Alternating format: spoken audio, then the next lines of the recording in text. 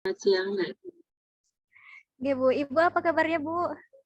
Alhamdulillah, Mbak, masih diberi kesehatan dan kesibukan sehingga masih bisa beraktivitas menemani mahasiswa ini khususnya. Saya mohon maaf ya, Mbak, datang terlambat. Oh, enggak, Bu, baik. Ya, bismillahirrahmanirrahim. Pada sesi 2 kita siang hari ini, tentunya dengan tema penulisan artikel ilmiah dengan metode kualitatif yang akan diisi oleh pemateri kita, yaitu ada Ibu Endah Retnawati, SPD, MED, PhD. Dan tentu saja akan dimoderatori oleh teman saya, yaitu ada Mbak Febriani. Namun sebelumnya di sini saya akan membacakan kurikulum vitae dari beliau terlebih dahulu. Ya, beliau bernama Mbak Febriani SPD. Kemudian beliau juga lahir di Sintang pada tanggal 2 Februari tahun 1999. Beralamatkan di Sendowo, C50, Sinduadi, Melati, Sleman, DIY. Adapun di sini beberapa riwayat pendidikan beliau. Yang pertama ini ada beliau telah menempuh sekolah di SMA N1 Sintang pada tahun 2015 hingga 2017 dengan mengambil jurusan IPA. Kemudian beliau juga menempuh jenjang S1 di Universitas Negeri Yogyakarta pada tahun 2017 hingga 2021 dengan mengambil jurusan Pendidikan Fisika. Dan sekarang beliau menempuh jenjang magister di Universitas Negeri Yogyakarta mulai tahun 2021 hingga sekarang dan mengambil jurusan Pendidikan Fisika. Adapun di sini beberapa prestasi yang pernah beliau raih. Salah satunya itu ada juara 1 Lomba Karya Tulis Ilmiah Nasional UNDP ke-26 di Universitas Negeri Padang dengan tingkat nasional pada tahun 2021. Kemudian beliau juga sebagai mahasiswa berprestasi kedua di Fakultas Matematika dan Ilmu Pengetahuan Alam Universitas Negeri Yogyakarta pada tingkat fakultas tahun 2020. Dan beliau juga meraih medali perunggu PIMNAS ke-32 yang mengadakan itu tingkat Kementerian Riset Teknologi dan Pendidikan pada tingkat nasional pada tahun 2019. Kemudian di sini ada beberapa pengalaman beliau sebagai pemakalah seminar ilmiah dan publikasi jurnal ilmiah. Salah satunya yaitu di Jurnal Ilmiah Penalaran dan Penelitian Mahasiswa JIPPM volume 3 nomor 2 tahun 2019 dengan judul artikel ilmiah yaitu faktor-faktor penyebab pergeseran nilai gotong royong, tingkat kesibukan masyarakat dan keaktifan pemimpinnya. Tempat dan waktunya 16 Agustus 2019. Kemudian juga di sini ada jurnal fisika dan aplikasinya pada volume 18 nomor 1 dengan judul Simple Investigation on the Optical Properties of Carbon Nanodot Using Laser and a Lux Meter pada Januari 2022. Kemudian di sini juga ada beberapa penelitian yang beliau lakukan yang mendapat pendanaan penelitian. Salah satunya ada program kreativitas mahasiswa skema PKM AI Kementerian Pendidikan Kebudayaan Riset dan Teknologi tahun 2021, yaitu ada kajian Pranata Mangsa Termodifikasi Kuantum Antropologi, optimalisasi penangkapan ikan berbasis ketidakpastian Heisenberg. Kemudian di sini juga ada beberapa pengalaman organisasi beliau, yaitu ada Ikatan Alumni PIMNAS, jabatannya sebagai manajer Silicon Valley Department pada tahun 2022, kemudian ada di organisasi KMMD FMIPA UNJ sebagai staf divisi penelitian dan pengembangan pada tahun 2022. Dan di UKM Penelitian UNJ sebagai jabatannya sebagai staf bidang 3 kewirausahaan pada tahun 2019. Adapun di sini beberapa pengalaman beliau sebagai MC, yaitu pada kegiatan seminar internasional ke-7 ISI dan ISIMED FMIPA UNY pada tahun 2021 dan pada tahun 2019 di kegiatan seminar nasional Mars MIPA Road to Science Paper and Seminar FMIPA UNY. Ya, langsung saja untuk penyampaian materi terkait diskusi kita pada siang hari ini terkait penulisan artikel ilmiah dengan metode kuantitatif. Nah, untuk selanjutnya saya serahkan kepada moderator. Oke, terima kasih Mbak Dewi selaku MC. Sebelumnya saya tidak ada pantun ya. Sepertinya dari kemarin kita ada pantun gitu ya. Oke, Assalamualaikum warahmatullahi wabarakatuh. Selamat siang dan salam sejahtera untuk kita semua. Salam, namo buddhaya, Om Swastiastu, sama kebajikan. Salam kebajikan, mohon maaf. Yang terhormat Ibu Endah Ratnawati PhD selaku pemateri riset kelas dan juga teman-teman peserta serta panitia riset kelas. Alhamdulillah, puji syukur kita panjatkan kehadirat Tuhan Yang Maha Esa atas berkat rahmat dan hidayahnya. Kita semua pada siang hari ini masih bisa berkumpul, bertatap maya bersama untuk mengikuti kegiatan riset kelas ini. Materi hari ini yang akan dibawakan oleh pemateri kita, Ibu Endah Ratnawati, adalah penulisan artikel ilmiah dengan metode kualitatif dalam penelitian pendidikan, matematika, dan ilmu pengetahuan alam. Nah, di sini metode yang akan dibahas adalah metode kualitatif nih teman-teman. Mungkin sebagian besar dari kita ya, biasanya banyak gitu ya, di penelitian pendidikan matematika dan ilmu pengetahuan alam itu menggunakan metodenya kuantitatif gitu. Nah, tapi hari ini kita akan eksplorasi lebih jauh nih, ternyata bisa juga gitu ya kualitatif dan seperti apa sih kalau misalnya kita pakai metodenya kualitatif begitu. Kemudian ini juga adalah metode terakhir yang kita pelajari di rangkaian riset kelas ya teman-teman, karena sebelumnya kita sudah ada di R&D, kemudian di penelitian murni, kemudian juga sudah ada kuantitatif dan juga tadi literatur review. Sebelum saya memanggil gitu ya Bu Endah yang sudah standby ini sepertinya sudah siap juga, saya akan membacakan terlebih dahulu kurikulum vitae beliau. Bu Endah Ratnawati PhD merupakan dosen di jurusan Pendidikan Matematika Universitas Negeri Yogyakarta.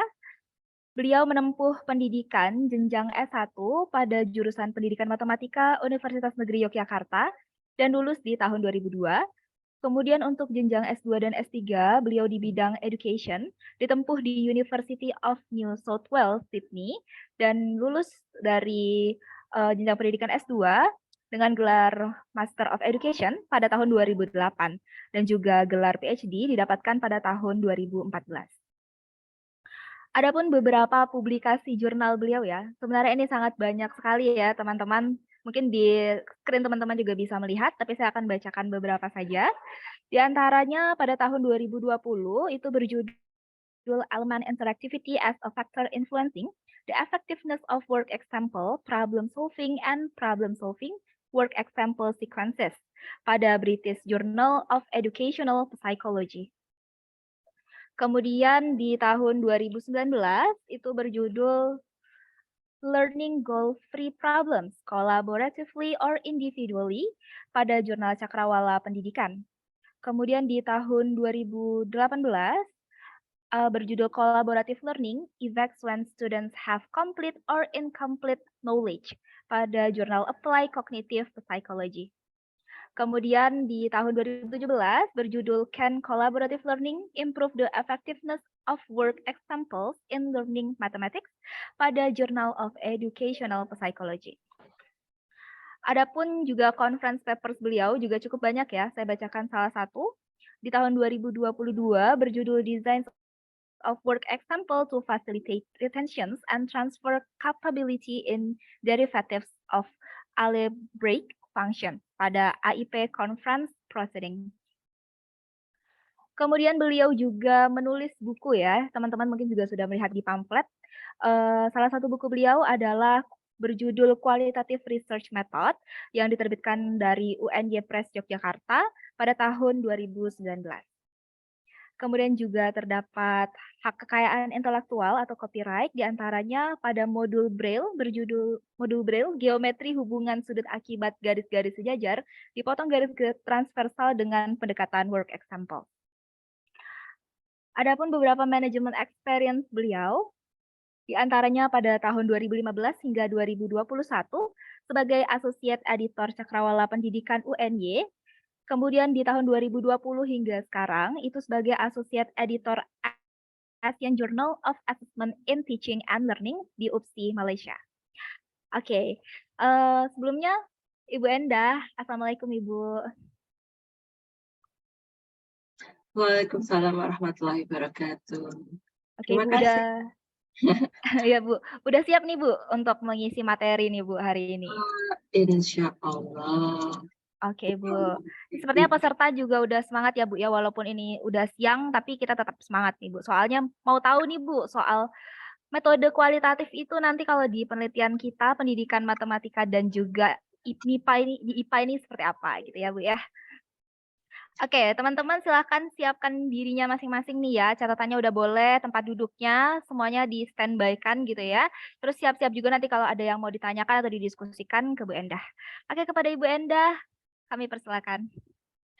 Terima kasih banyak Mbak Febriani, mahasiswa berprestasinya UNY ini luar biasa.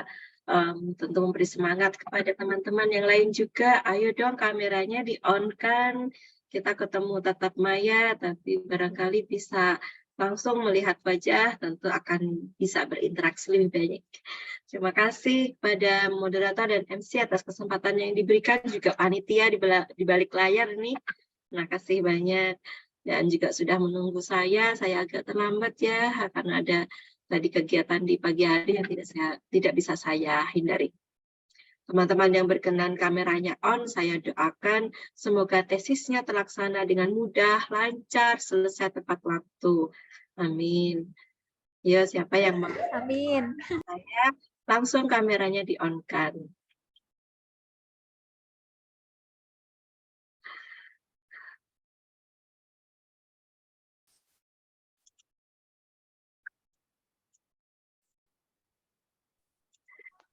Baik, terima kasih. Teman-teman, seperti yang tadi disampaikan, saya akan membahas tentang penelitian kualitatif dan publikasinya, khususnya di bidang kita.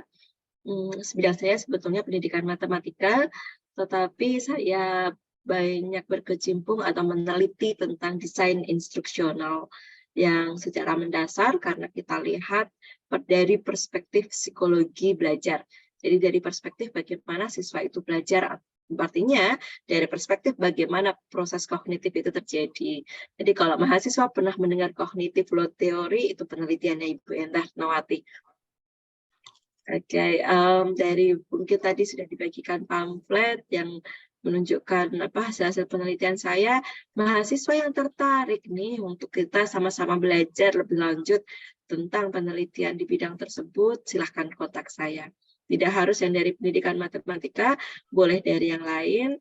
Nanti kita bisa sama-sama diskusi apa sih itu cognitive load theory. Tapi bukan itu yang akan saya bahas hari ini ya. Yang akan kita bahas adalah tentang penelitian kualitatif itu sendiri. Nah, dalam kegiatan ini saya punya waktu berapa banyak dan saya mau berinteraksi langsung nih dengan para peserta.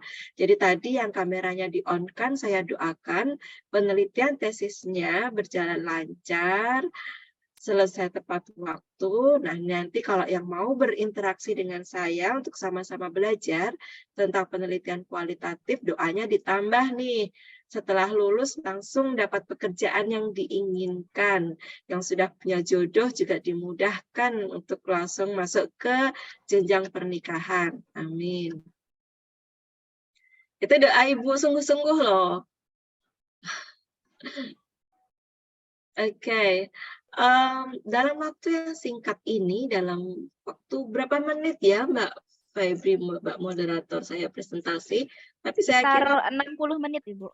Nah, waktunya sangat singkat nih, 60 menit. 60 menit kenapa singkat ya? Karena untuk penelitian kualitatif sendiri itu biasanya dipelajari 1 semester. Itu pun nggak selesai waktunya.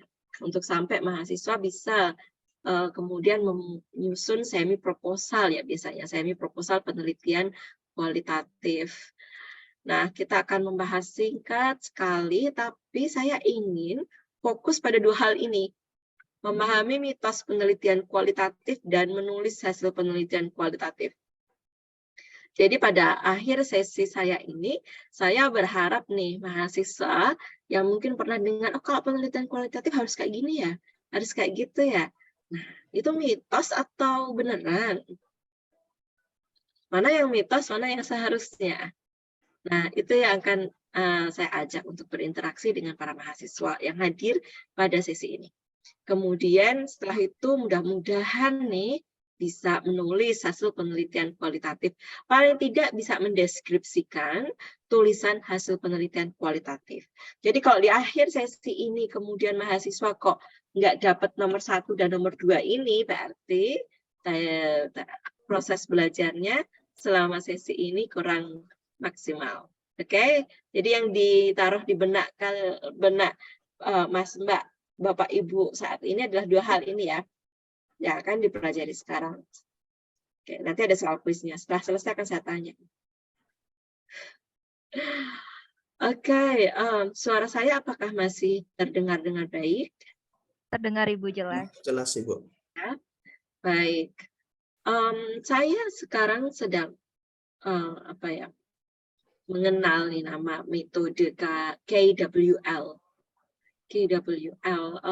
Sebetulnya dasar dari metode ini adalah proses berpikir, proses belajar. Kita itu belajar kalau sudah membangun pengetahuan baru. Maka ketika kita sedang belajar, tanamkan dalam benak kita ini akan belajar dan akan mempelajari apa, lalu nanti hasilnya apa. Jadi sudah susah-susah mengalokasikan waktu untuk duduk ikut dalam research class series ini, mahasiswa perlu juga refleksi diri, sudah belajar apa, atau hanya kumpul-kumpul virtual aja, kan enggak ya. Nah, dalam KWL ini, K itu adalah what I already know. W, what I want to know. L, what I just learned today. Jadi dalam satu sesi pembelajaran, perkuliahan, pelatihan, workshop, tanamkan dalam benak kalian KWL ini. What I already know itu prior knowledge. Apa sih yang sudah kalian ketahui? Sebetulnya saya ingin tahu tentang apa lagi ya. Dan pada akhir sesi refleksikan apa ya yang sudah saya pelajari hari ini. Nah, sebelum saya lanjut, materi kita kan tentang penelitian kualitatif nih. Dan tadi pagi juga sudah dibahas kan penelitian kualitatif. Di sesi saya akan mempertajam ke contoh-contoh penulisannya. Tentang penelitian kualitatif, coba tuliskan di kolom chat apa yang sudah saudara-saudara ketahui. Nggak ada betul yang salah, ungkapkan saja tentang penelitian kualitatif apa saja ya yang sudah diketahui. Bagian ini dulu. Tuliskan di kolom chat.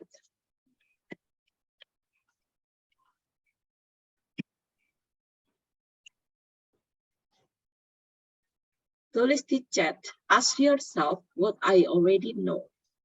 Apa yang sudah saya ketahui tentang penelitian kualitatif.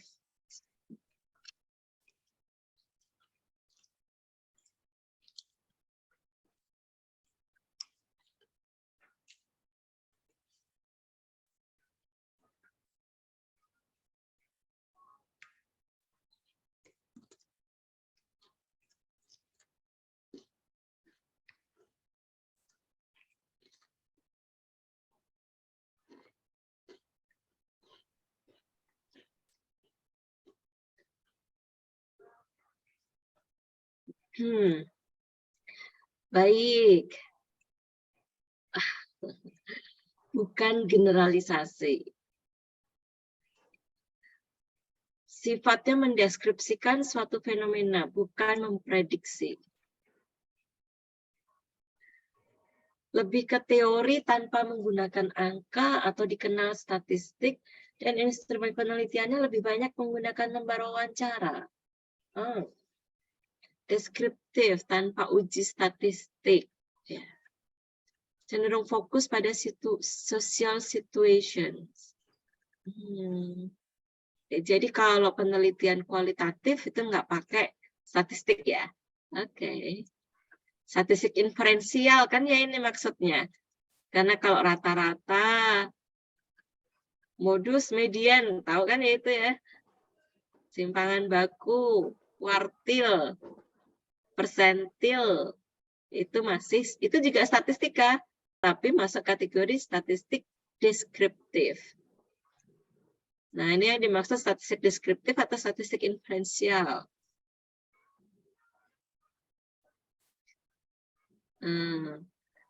Statistik inferensial ya, tanpa uji statistik. Jadi statistik inferensial. Tanpa menggunakan angka. Jadi nggak boleh nih di dalam penelitian kualitatif, di dalamnya ada angka-angka. Boleh. Mungkin ini mitos ya. Penelitian kualitatif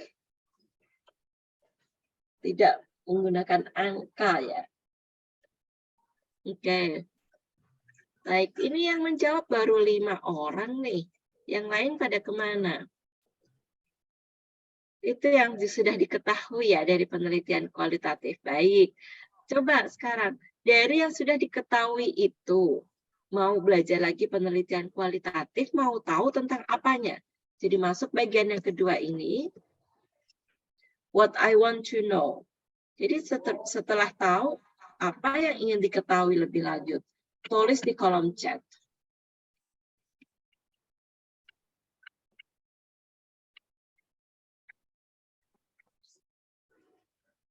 Terus sekarang apa yang ingin diketahui?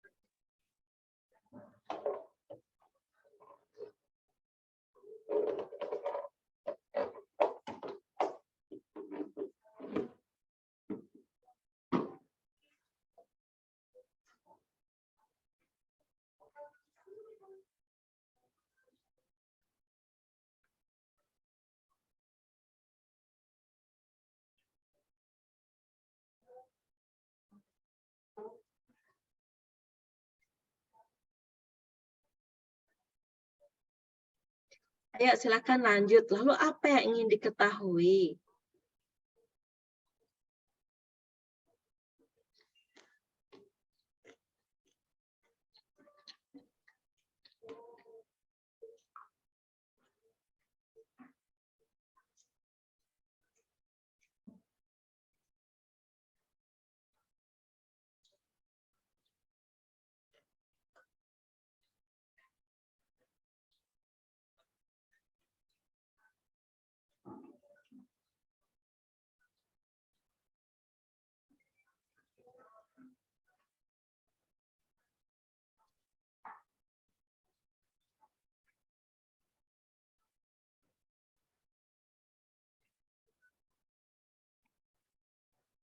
Wah, sepertinya banyak ini Bu yang ingin diketahui oleh teman-teman. Yang jawab lebih banyak dari yang pertama. Jadi yang sudah diketahui sedikit ya, jadi lebih banyak yang mau diketahui ya. Ayo masih ditunggu, apalagi nih?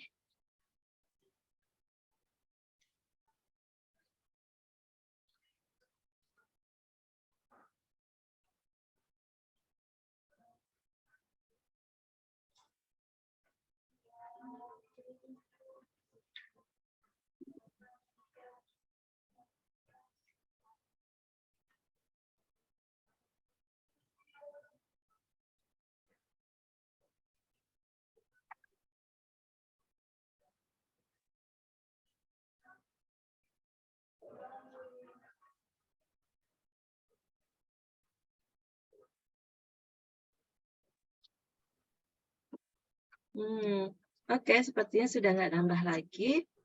Mari kita lihat apa yang ingin diketahui ya. Wah, sepertinya semuanya pengen diketahui.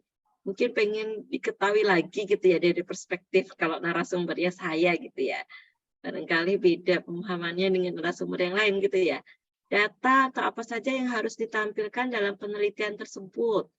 Saya ingin tahu cara menulis penelitian kualitatif, tolong bagi ilmunya. Supaya tulisannya bisa masuk jurnal minimal Sinta 2, amin. Siap, sedikit yang saya punya, semuanya saya berikan. Fenomena dan permasalahan seperti apa yang sebaiknya menggunakan penelitian kualitatif daripada kuantitatif. Oh, baik. Cara pengambilan sampel dan data dan cara menganalisis data kualitatif, cara menyimpulkan hasil penelitian kualitatif. Ini benar-benar bisa perkuliahan 1 semester ini, semua jawabannya. Data apa saja yang dibutuhkan, bagaimana memperoleh data tersebut, serta cara menganalisisnya, prosedurnya, cara mengumpulkan data, bagaimana cara melakukan tetapi tidak membutuhkan waktu lama, cara pengambilan sampelnya, metodenya, cara mengolah datanya. Masih ragu teknik sambilan, apakah teknik pengambilan sampel antara kuantitatif dan kualitatif sama? Oke. Bagaimana membuat artikel penelitian kualitatif supaya terbit di jurnal Scopus? Ya, ditulis dulu baru bisa terbit. Bagaimana perbedaan analisis untuk penelitian kualitatif studi kasus, fenomena, dan etnografi? Oke, apa sih bedanya ya satu dengan yang lain? Wah, banyak sekali yang ingin diketahui, belum tentu semua jawabannya ada di sini. Jadi, coba refine, artinya breakdown lagi apa yang ingin diketahui dan coba itu nanti dicocokkan dengan apa yang akan kita diskusikan. Tentu tidak semuanya langsung bisa dijawab ya, tetapi disitulah nanti akan memberikan peluang bagi kita untuk melakukan refleksi. Perjalanan saya untuk memahami penelitian kualitatif memerlukan berapa referensi lagi atau berapa rujukan atau berapa teori lagi. Baik, sebelum saya lanjut, saya ingin memperkenalkan kepada mahasiswa yang disebut dengan Fall Research Chronotopes. Coba dilihat dulu di layar. Ini mungkin mahasiswa matematika kenal dengan diagram Venn ya. Mirip-mirip diagram Venn gitu ya. Ada irisan, ada himpunan, kotak-kotak gitu kan. Referensi yang saya pakai untuk mempelajari chronotopes dalam penelitian kualitatif ini dari bukunya Campbell-Lys and Dimitriadis. Ada tertulis di bawah layar. Silahkan nanti untuk dibaca referensi ini supaya mereka mendapatkan penjelasan yang lebih detail tentang chronotopes. Oke. Saya ingin tanya lagi kepada mahasiswa. Ini kan mahasiswa S2 nih, dulu S1 sudah pernah dapat metode penelitian. Pernah nggak dengar bahwa dalam metode penelitian itu perlu kita mengangkat sebuah kasus? Oke. Tulis di kolom chat. Jadi ini saya akan memberikan perintah tulis di kolom chatnya berkali-kali ya. Jadi mahasiswa jangan jauh-jauh dari kolom chat nih. Oke. Penelitian kualitatif berarti itu ya, ada kasus yang dideskripsikan. Pertanyaan saya, apakah penelitian kualitatif selalu membahas atau meneliti ya, berarti meneliti suatu kasus?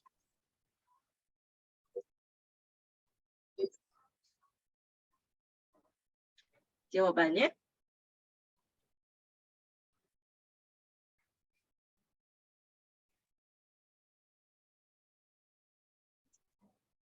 Ya. Iya.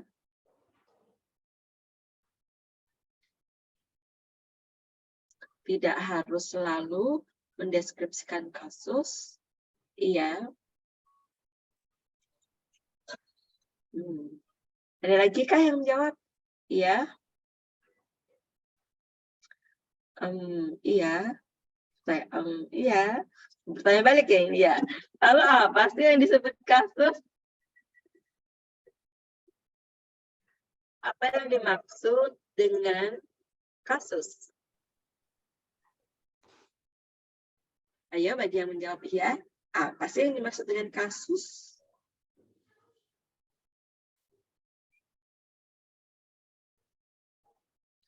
Apa sih yang dimaksud dengan kasus?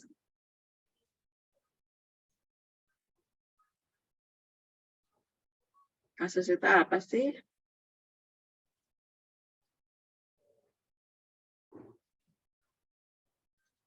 Permasalahan yang belum ada solusinya atau jawabannya. Yang lain?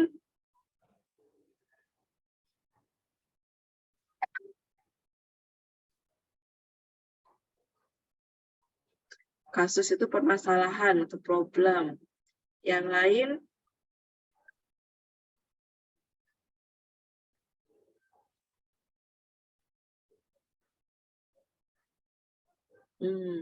Ayo, Kasus itu apa ya?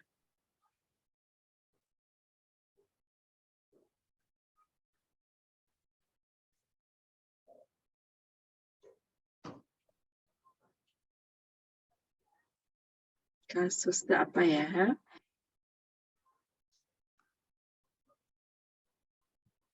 Permasalahan atau problem. Kalau contoh yang ada misalkan penelitian tentang sekolah, kasus itu apa? Apakah ada siswa yang nakal atau ada kejadian pencurian di sekolah atau gimana?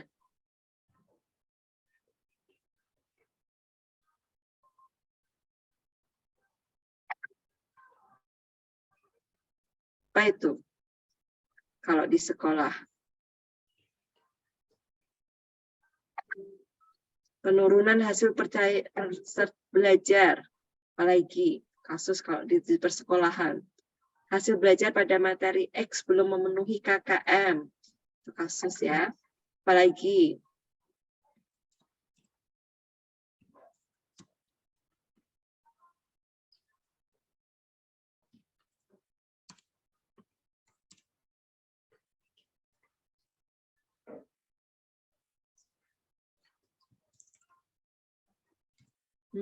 ketimpangan yang diharapkan atau dirancang dengan kenyataan yang terjadi. Gap antara yang diharapkan dengan kenyataan yang ada. Kalau contoh di sekolah, kasus itu apa ya? Contoh permasalahan penelitian di sekolah.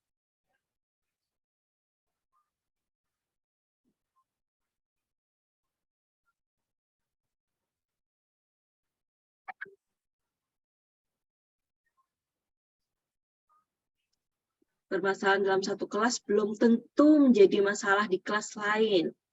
Oke. Apa ya contoh kasus lagi? Apakah kalau ada karakteristik setiap siswa yang berbeda, motivasi belajar yang rendah, itu bisa jadi kasus ya?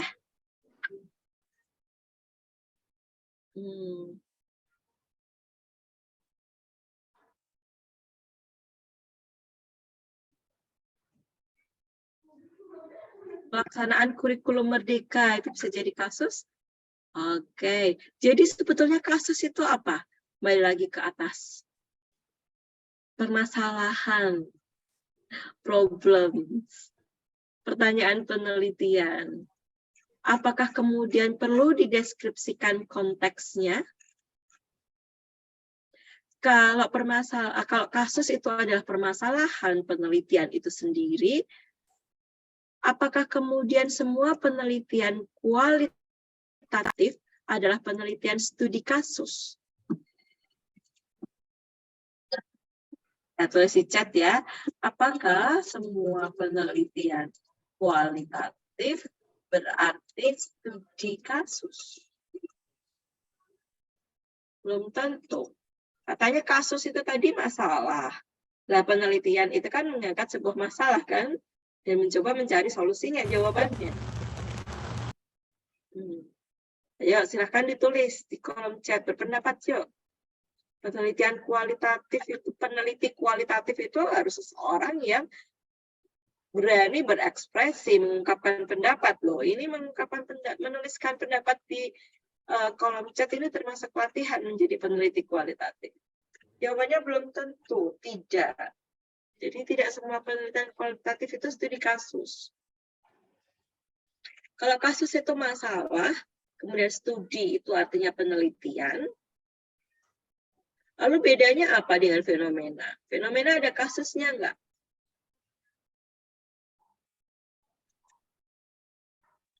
Kalau fenomena ada kasusnya enggak? Tergantung tujuan peneliti. Kebanyakan penelitian kualitatif berkaitan dengan studi kasus. Studi itu kan artinya penelitian ya. Kasus itu kan, tadi katanya kasus itu masalah penelitian. Sebuah masalah dengan konteks tertentu kan. Konteks yang diangkat oleh peneliti tergantung dari perspektif yang dipakai apa, sehingga menganggap itu adalah sebuah masalah yang perlu diselesaikan, perlu ada solusinya. Nah, coba scroll up deh, di atas ada yang menjawab seperti itu. Lah, kalau artinya adalah demikian, studi kasus, adalah sebuah penelitian yang mengangkat sebuah masalah untuk diselesaikan, di mana masalah tersebut berlatar belakang konteks tertentu sesuai perspektif yang diambil oleh peneliti. Lalu, apakah semua penelitian kualitatif adalah studi kasus?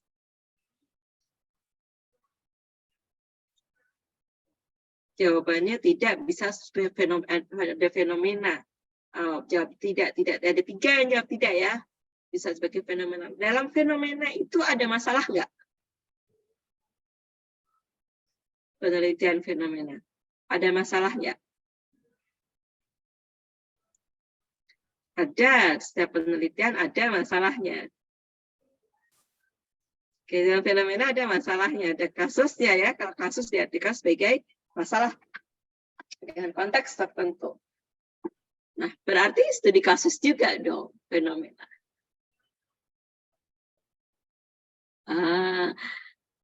Gimana? Jadi bingung ya, Ibu ini tanyanya gimana sih Bu? Jadi bingung. Nah, mungkin dari kebingungan itu nanti kita bisa mempertajam pemahaman kita. Jawabannya adalah penelitian kualitatif itu penelitian kasus. Yang membedakan adalah kasus satu dengan kasus yang lain. Bagaimana ruang lingkup kasus yang akan membedakan satu penelitian kasus dengan kasus yang lain, studi kasus yang satu dengan studi kasus yang lain. Ada kasus yang single case, one period, studi kasus sederhana. Ada kasusnya yang multiple cases, longitudinal period, fenomena jadinya. Tapi itu studi kasus, tapi karena kasusnya merupakan sebuah fenomena, karena it multiple cases in a longer period, maka dikenalnya sebagai fenomena. Tapi itu studi kasus, cuma kasusnya jenisnya adalah fenomenal. Kemudian ada yang kasusnya berupa sebuah deskripsi konteks atau lokasi atau subjek penelitian yang ketika studi kasus itu dilakukan, maka subjek penelitian tersebut secara partisipatif terlibat dalam perlakuan yang diberikan selama studi kasus itu. Maka kita kenal dengan action research. Jadi atau penelitian tindakan. Dalam penelitian tindakan di dalamnya ada kasus juga. Nah, kasusnya mungkin yang dikenal oleh mahasiswa adalah suatu masalah di mana perlu perbaikan atau perlu peningkatan sehingga peneliti mencobakan tindakan tertentu, perlakuan tertentu untuk mempelajari apakah kasus tentang motivasi yang rendah atau prestasi belajar yang rendah disebabkan oleh suatu faktor, misalkan metode pembelajaran yang dipakai. Kemudian diberi tindakan sebuah metode pembelajaran dan ternyata subjek penelitiannya mengalami perubahan nilai. Oh, berarti kemarin nilainya rendah itu karena metode pembelajarannya. Karena setelah metodenya diubah, nilainya berubah, jadi naik. Itu penelitian tindakan. Karena kasus kan ada sebuah masalah dalam konteks tertentu. Kemudian misalkan ada sebuah masalah dalam sebuah konteks yang mungkin masalah itu proses kontekstualisasinya bukan kontekstualisasi dunia nyata. Kalau yang seperti saya sampaikan tadi kan kontekstualisasi dunia nyata. Jadi ada subjek penelitian yang telah diketahui sebelumnya motivasi belajarnya rendah, prestasinya rendah misalkan. Kemudian diselidiki metode pembelajarannya kah yang menyebabkan itu semua rendah. Lalu mengetahui apakah memang penyebabnya adalah metode pembelajarannya, peneliti mengambil pendekatan penelitian tindakan kelas, yaitu dengan mengubah metode pembelajaran. Jadi tindakannya mengubah metode pembelajaran. Setelah itu diamati ternyata prestasinya naik, motivasinya naik. Oh, berarti penyebab rendahnya motivasi dan prestasi adalah metode pembelajarannya. Buktinya apa? Setelah metodenya diubah, prestasinya naik, motivasinya naik. Itu penelitian tindakan kelas. Gitu ya, untuk penelitian tindakan kelas ada kasus yang dikontekstualisasikan dari dunia nyata. Tapi bisa juga kasus yang diangkat bukan kontekstualisasi dunia nyata, tetapi berdasarkan kajian teoritik.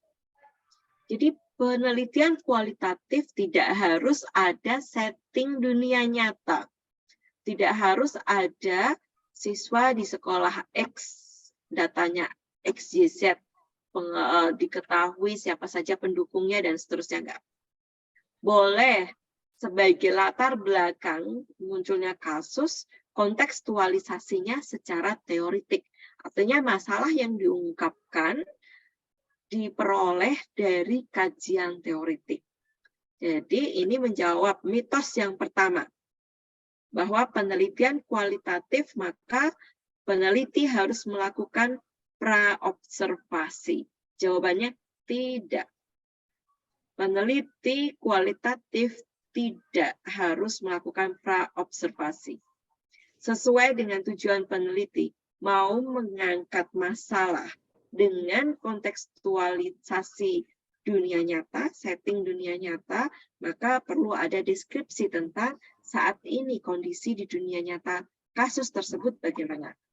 Tapi kalau peneliti mengangkat masalah atau mengangkat kasus dengan kontekstualisasi berdasarkan hasil-hasil penelitian sebelumnya, peneliti tidak perlu melakukan praobservasi, apalagi prawawancara atau prapenelitian. No.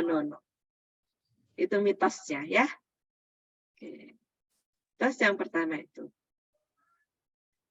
Kemudian mitos yang kedua adalah apa ya? Mitos yang kedua ya. Subjek penelitiannya ya. Kalau dalam penelitian kuantitatif, karena kita menggunakan uji statistik, maka jumlah subjek penelitian sangat menentukan uji statistik yang akan dipakai. Maka, untuk bisa kita mengoptimalkan penggunaan uji statistik tersebut, dikenallah adanya jumlah sampel minimal. Dalam penelitian kualitatif, memang tidak dikenal jumlah sampel minimal. Tapi ada mitos bahwa penelitian kualitatif jumlah sampelnya pun tidak bisa kalau sedikit. Coba saya tanya dulu apa yang sudah diketahui oleh mahasiswa. Jumlah penelitian, jumlah subjek penelitian kualitatif, apakah boleh berjumlah kurang dari 5? 1 orang gitu misalkan. Boleh nggak?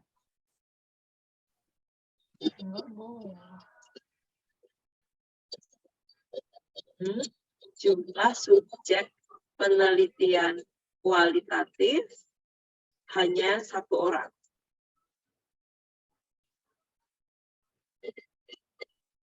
Boleh? Boleh. Jika sudah jenuh itu maksudnya apa Mbak Ayu? Hanya 1 orang dari awal sampai akhir, itu subjek penelitiannya hanya 1 orang. Boleh nggak?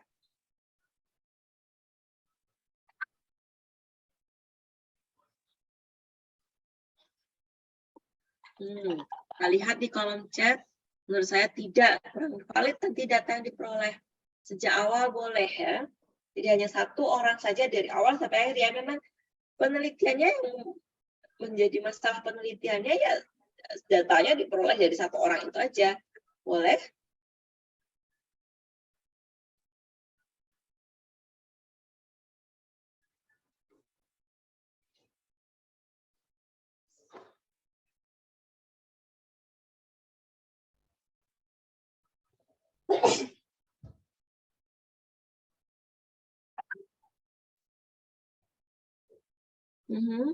Sejak awal boleh? Boleh. Oke. Saya setuju. Boleh. Jadi kalau dalam penelitian kuantitatif sudah jelas ya, ada jumlah sampel minimal. Karena untuk memenuhi berbagai persyaratan yang ada di uji statistiknya kan. Kemudian sampel tersebut diperoleh secara random dan seterusnya. Ada tekniknya sendiri. Nah, ada nih mitos yang mengatakan bahwa penelitian kualitatif pun nggak bisa seenaknya saja mengambil subjek penelitian. harus ada jumlah minimalnya. Itu mitos. Penelitian kualitatif boleh 1 orang. Jika memang yang diteliti sumber datanya itu hanya bisa diperoleh dari 1 orang itu. Misalnya penelitiannya adalah tentang bagaimana teknik belajar seorang ahli matematika dunia. Misalkan. Nah, ahli matematika dunianya misalkan hanya 1 orang itu. Ya, yang diungkapkan datanya yang bisa kita peroleh dari 1 orang tersebut. Oke. Jadi memang betul dalam penelitian kualitatif tidak ada ketentuan tentang subjek penelitiannya ada berapa. Semuanya purposive atau dengan tujuan tertentu pemilihannya. Jadi dalam penulisan artikelnya atau laporan penelitiannya, maka penulis harus bisa mendeskripsikan sebaik mungkin alasan apa yang diambil untuk menentukan subjek penelitian tersebut. Misalnya hanya 1 orang, kenapa hanya 1 orang itu? Kenapa ada banyak orang? Kenapa ada banyak orang? Dan apakah dalam penelitian kualitatif kita boleh melakukan sampling? Sampling itu artinya begini, misalnya subjek penelitiannya ada 30 orang. Maka yang akan kita ambil datanya atau yang akan kita observasi, kita ajak bicara, wawancara, dokumennya kita minta misalkan hanya dari 30 itu sebanyak 15 misalkan separohnya. Boleh nggak kita menggunakan atau menerapkan teknik-teknik sampling dalam penelitian kualitatif?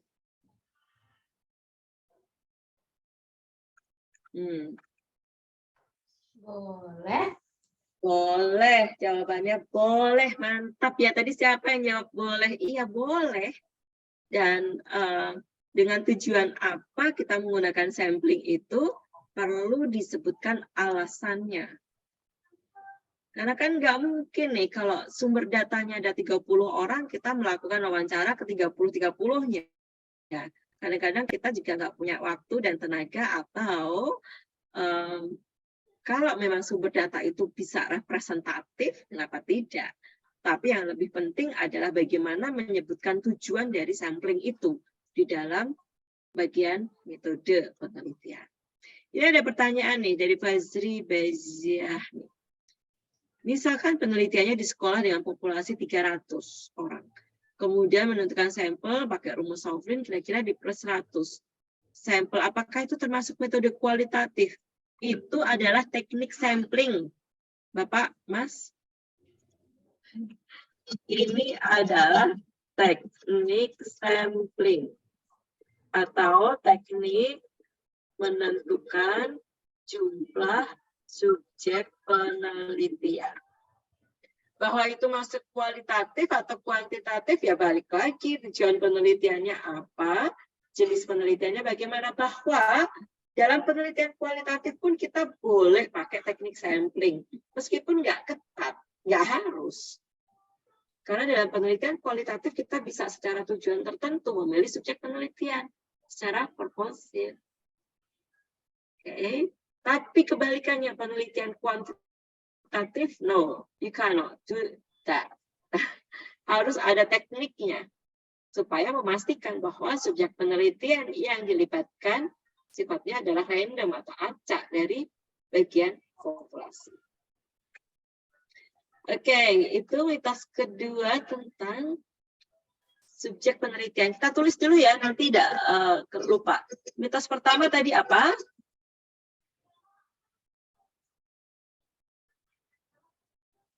Mitos pertama tadi apa? Tidak harus ada kasus.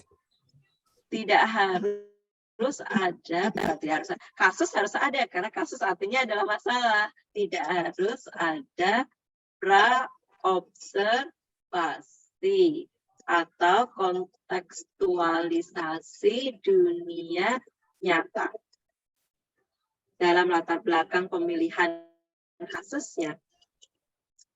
Oke. Observasi, prawawancara itu nggak perlu. Karena bisa kasusnya kita ungkapkan secara teoretik berdasarkan konteks hasil-hasil penelitian sebelumnya. Kasus kedua adalah, atau mitos kedua, maaf. Mitos kedua adalah tentang subjek penelitian. itu bahwa subjek penelitiannya boleh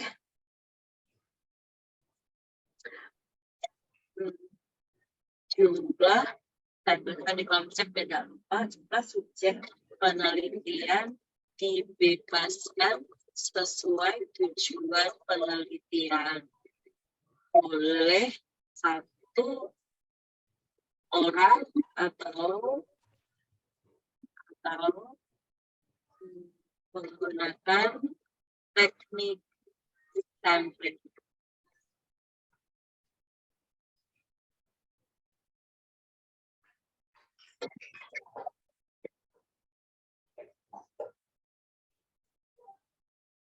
Oke.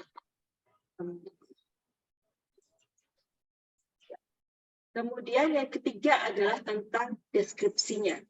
Kita ketahui dalam penelitian kualitatif, peneliti menyajikan hasil penelitian dalam deskripsi, dalam cerita. Deskripsi, narasi, gitu ya. Kalau deskripsi itu gambaran umum, narasi itu berarti sesuai dengan urutan waktu tertentu. Gitu ya.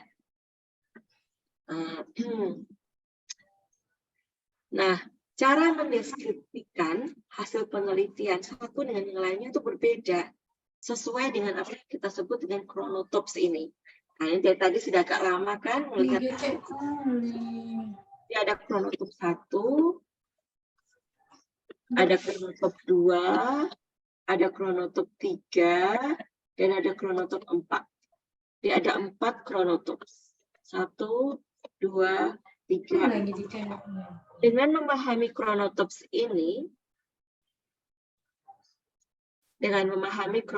ini, kita bisa membedakan level kompleksitas penelitiannya. Karena penelitian kualitatif kan seolah-olah semuanya penelitian studi kasus. Penelitian mempelajari mengangkat masalah tertentu sesuai dengan konteks yang diangkat. Nah, cara peneliti menyajikan hasil penelitiannya sesuai dengan tujuan penelitiannya. Kalau tujuan penelitiannya adalah mau mendeskripsikan kenyataan yang terjadi, mendeskripsikan saja, maka jenis penelitiannya adalah deskriptif. Ini masuk chronotype 1. Dalam chronotype 1, bahasa yang digunakan oleh peneliti adalah bahasa netral. Jadi dalam membuat deskripsi, bahasanya netral. Berbeda dengan kalau chronotype 4, bahasanya itu of force, among other forces. Bahasanya mempengaruhi. Kalau chronotype 2, bahasanya language is constitutive of thought but value neutral. Bahasa atau redaksi deskripsinya itu merupakan narasi atau cerita tentang pemikiran dari para subjek penelitian. Kalau itu pemikiran subjek penelitian, berarti kan ini ya subjektif kan? Karena kan opini dari subjek penelitian. Yang kita tuliskan adalah opini subjek penelitian. Tapi kita menuliskannya secara netral. Kalau chronotype 3, constitutes of thoughts and is a functional of existent power relations. Oke. Penelitian yang chronotype 1 itu disebut dengan penelitian deskriptif biasanya. Yang kedua biasanya disebut dengan etnografi. Penelitian yang ketiga ini yang sering disebut dengan action research. Dalam action research, peneliti melakukan prediksi. Nah, tadi ada yang menjawab di dalam chat bahwa penelitian kualitatif tidak melakukan prediksi. No. Penelitian kualitatif pun bisa melakukan prediksi. Dan itu masuk kategorinya penelitian tindakan. Dalam penelitian tindakan, Itu kan ada sebuah kasus nih. Saya ulangi lagi contoh kasus yang sama yang tadi sudah saya deskripsikan. Ada kasus motivasi belajar siswa rendah. Kita menduga yang membuat rendah adalah metode pembelajaran guru. Kita menduga itu kita memprediksi. Yang membuat rendah adalah metode pembelajaran guru. Untuk membuktikan prediksi tersebut, peneliti mengubah metode pembelajaran guru pakai metode yang baru. Dengan kata lain, tindakan yang diambil peneliti adalah metode pembelajaran yang baru. Setelah metode pembelajaran yang baru diterapkan, lalu siswa dinilai dan motivasi belajarnya ternyata naik. Oke, dengan metode pembelajaran yang baru, metode motivasi belajar siswa tinggi. Artinya, yang menyebabkan motivasi belajar siswa rendah adalah metode yang lama. Make sense? Oke, berarti prediksinya betul. Karena kan tadi prediksinya metode pembelajaran guru ini yang menyebabkan motivasi rendah. Dan iya, ternyata setelah metode pembelajarannya diubah jadi baru, motivasi belajarnya berubah. Itu artinya penyebab metode belajar yang rendah adalah sesuai prediksi tersebut. Dalam penelitian kualitatif juga bisa melakukan prediksi. Oke, itu masuknya di penelitian action research. Dan karena kita mau membuktikan sebuah prediksi, maka di sini ada power relations. Power di sini adalah pendapat atau teori kita, atau pikiran kita. Kita itu mau kemudian mempengaruhi orang lain yang membaca kita. Loh, ini loh benar toh teoriku bahwa metode pembelajaran yang membuat motivasinya rendah. Jadi semacam sudah ada existent powers, existent theory that I have. Ada power yang dimiliki oleh peneliti untuk mengatakan bahwa dia bisa menghasilkan sebuah prediksi dan prediksinya betul atau salah. Jadi dalam Chronotop 3 dan Chronotop 4, Chronotop 4 itu yang sering kita sebut dengan grounded theory. Dalam penelitian grounded theory itu nggak ada kontekstualisasi dunia nyata ya, biasanya hanya kontekstualisasi secara teoritik. Grounded theory kita semacam mempengaruhi pembaca bahwa hubungan antara variabel X dan Y itu dapat dimodelkan dengan cara X1, X2, Y1, Y2 misalkan. Dan itu semua kalau kita baca hasil penelitian grounded theory, seolah-olah di sana itu nggak ada data penelitiannya, kayak cerita teoritik aja. Tapi sebetulnya ada data penelitiannya. Oke. Nah, memang mengungkapkan hasil penelitiannya dia semacam kayak seolah-olah dia sendiri yang paling betul. Ya, karena memang dia tuh force among other forces that produce the real, dia mau membuat sebuah teori tertentu. Jadi sifatnya mempengaruhi. Nah, dengan kata lain, Chronotop 1 dan Chronotop 2 ketika menyajikan hasil penelitian, bahasa yang digunakan bahasanya netral, objektif. Tapi Chronotop 3 dan Chronotop 4 ada kepentingan tertentu sesuai dengan teori atau power yang dimiliki oleh peneliti untuk mempengaruhi pembaca. Sebagai contoh, saya mendeskripsikan Mbak Febriani, saya pakai sebagai contoh ya Mbak Febriani ya.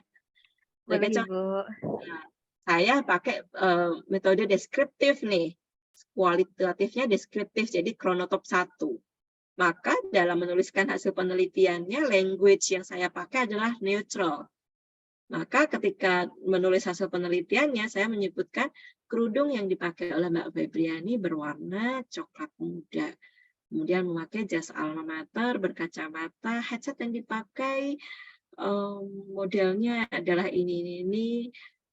Kulitnya sawo matang seperti orang Indonesia pada umumnya. Language-nya netral. Language-nya yang nggak netral itu yang kayak gimana? Kalau kita nggak punya datanya ya, kalau kita nggak punya data penelitiannya ya, tapi kemudian kita mengatakan Mbak Febriani sebagai moderator berusaha menampakkan dirinya sebagai orang yang ada di kelas ekonomi atas karena dia mencoba menggunakan headset yang mahal. Headsetnya itu harganya 10 jutaan, kemudian frame kacamatanya itu ada diamondnya loh. Diamondnya misalkan kayak gitu ya. Itu kayak, tahu nggak? Judgment. Ya kan? Mengatakan ekonomi atas. Dia sombong, dia baik hati, dia pintar, tanpa kita punya data yang itu interpretasi kita. Padahal datanya itu kan baru kelihatan dari yang diamati itu saja. Kalau ada interpretasi dan judgment, itu sudah nggak netral lagi bahasa yang dipakai. Kalau bahasa yang dipakai adalah netral, warnanya, ukurannya, bentuknya, standarnya, itu bahasanya netral. Oke. Nah, kalau etnografi itu kaya dengan hasil wawancara. Karena yang dideskripsikan adalah pikiran dari subjek penelitian. Maka untuk masuk ke penelitiannya yang etnografi, saya harus melakukan wawancara ke Mbak Febriani. Mungkin saya akan menanyakan standarnya sebagai seorang moderator itu apa, misalnya. Apakah memang harus punya look, atau kemampuan untuk berpendapat, atau bagaimana. Itu yang akan saya tuliskan di sana. Value-nya masih netral, tapi isinya opini-opini, karena yang dituliskan adalah pendapat dari subjek penelitian. Tapi kalau isinya adalah pendapat dari peneliti, itu masuknya di kronotop 3 dan kronotop 4.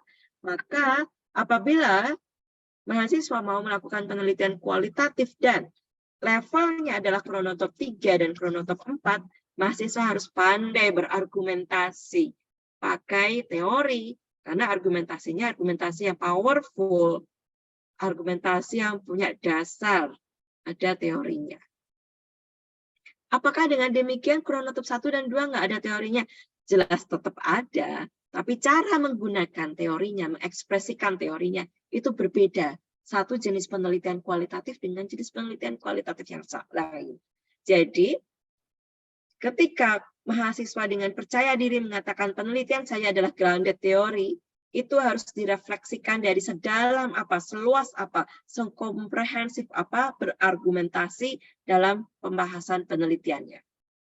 Tentu berbeda dengan kalau yang penelitiannya deskriptif.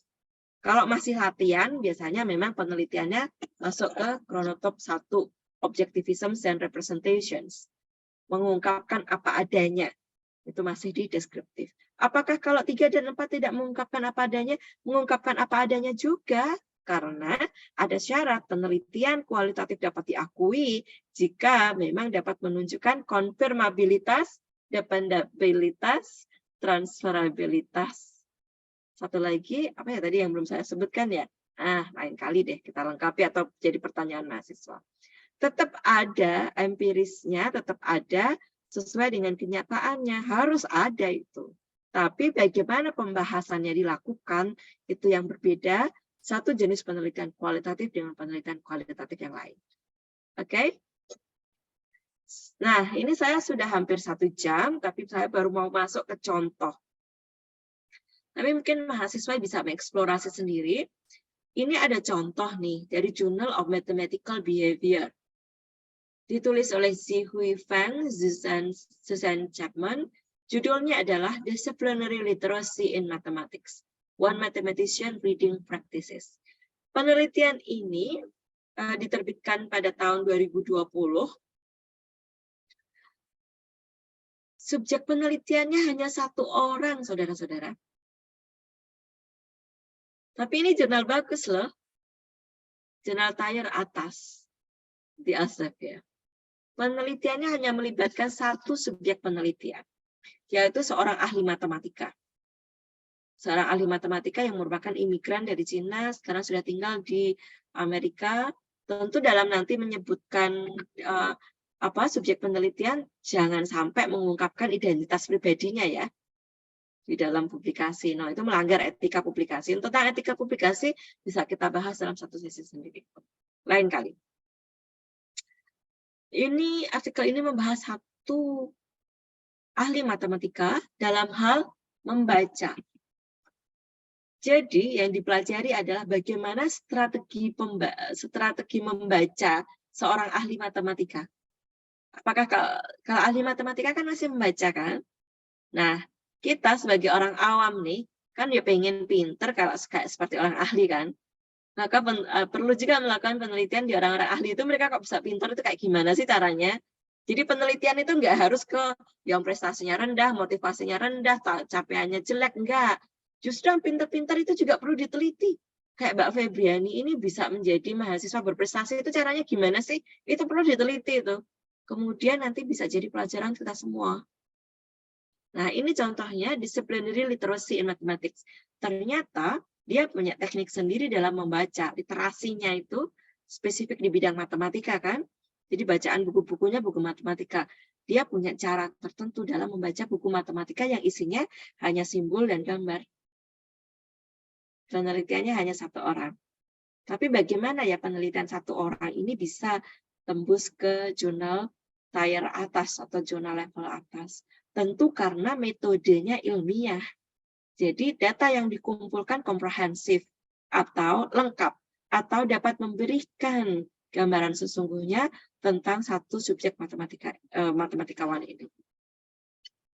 Berikutnya, mahasiswa coba bisa search di website ini, Ethnography and Education. Ada banyak sekali contohnya, dan tentu saja di sana isinya tentang penelitian etnografi kan. Ini ada artikel bagus nih, diterbitkan tahun 2020 juga. Oh, maaf.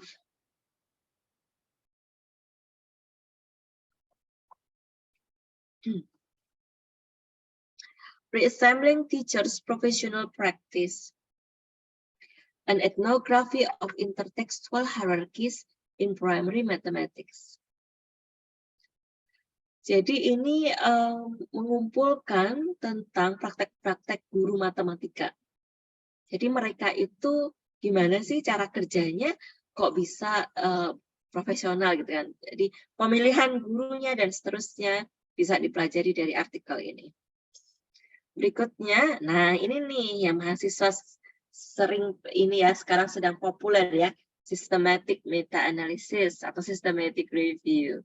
Systematic review atau meta-analisis itu ada kualitatif, ada juga kuantitatif. Oke, systematic review nggak selalu kualitatif, meta-analisis nggak selalu kualitatif, bisa kuantitatif juga. Nah, ini contoh yang kualitatif, ada di jurnal Educational Psychology Review. Kalau kalian mencari nama jurnal ada reviewnya, itu kebanyakan isinya kualitatif. Nggak selalu, tapi kalau misalkan meta-analisis, ya dia meta-analisisnya yang kualitatif. Bisa, karena meta-analisis bisa kuantitatif juga. Right? Ini artikel baru tahun 2022, ini melakukan meta-analisis. Kita ketahui meta-analisis itu ada langkah-langkahnya, dan saat ini yang well established langkah-langkahnya atau langkah-langkah ilmiahnya yang diakui itu yang disebut dengan Prisma. Nah, mahasiswa silahkan dibuka websitenya Prisma. Search di Google Prisma Qualitative Research. Oke, nanti ada prisma.org. Nah, ada langkah-langkahnya. Langkah-langkah ilmiahnya. Dengan menunjukkan langkah-langkah ilmiahnya, langkah-langkah teknik pengumpulan datanya, itu salah satu cara untuk mendapatkan pengakuan bahwa metode penelitian kualitatif yang dilakukan oleh peneliti adalah metode yang kredibel.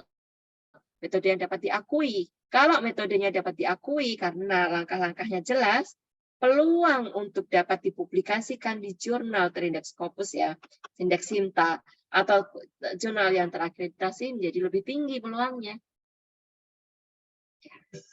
Nah, saya cukupkan deh ininya ya presentasinya, tapi sebelum berakhir presentasinya di awal tadi kan saya ini ya nanyakan mahasiswa tentang KWL. K tadi apa?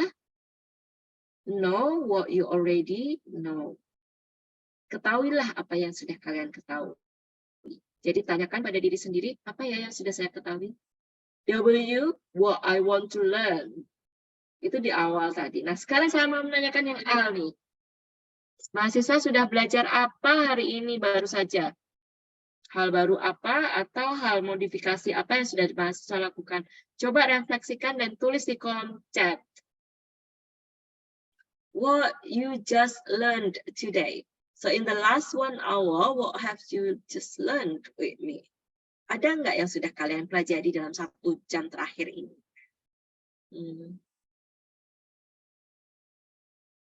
Tuliskan di kolom chat, saya tunggu. Kemudian barangkali saya bisa memberikan feedback.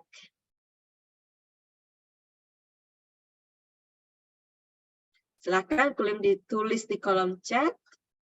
Apa ya yang sudah dipelajari baru saja?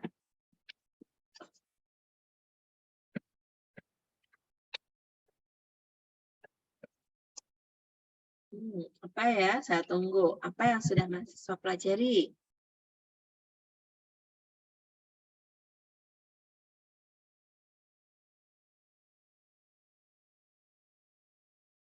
Apa ya yang sudah dipelajari?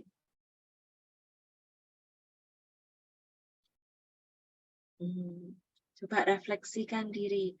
Aduh, saya duduk 1 jam ini tadi saya ngapain ya? Saya dapat apa ya?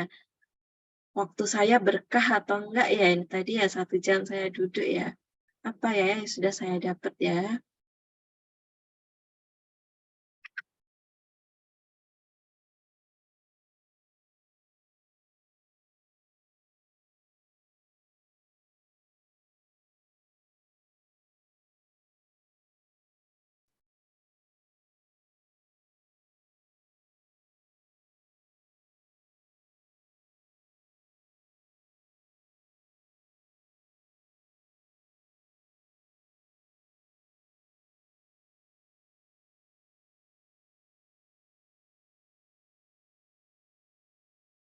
Hmm.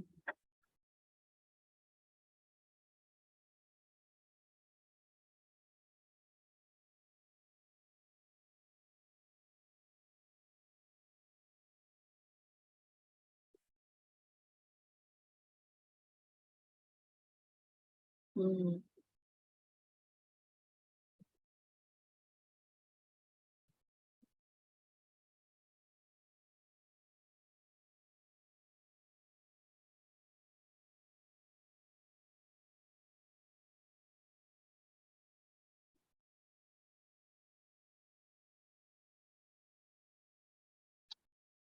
Oke, alhamdulillah sudah 10 nih yang mengisi.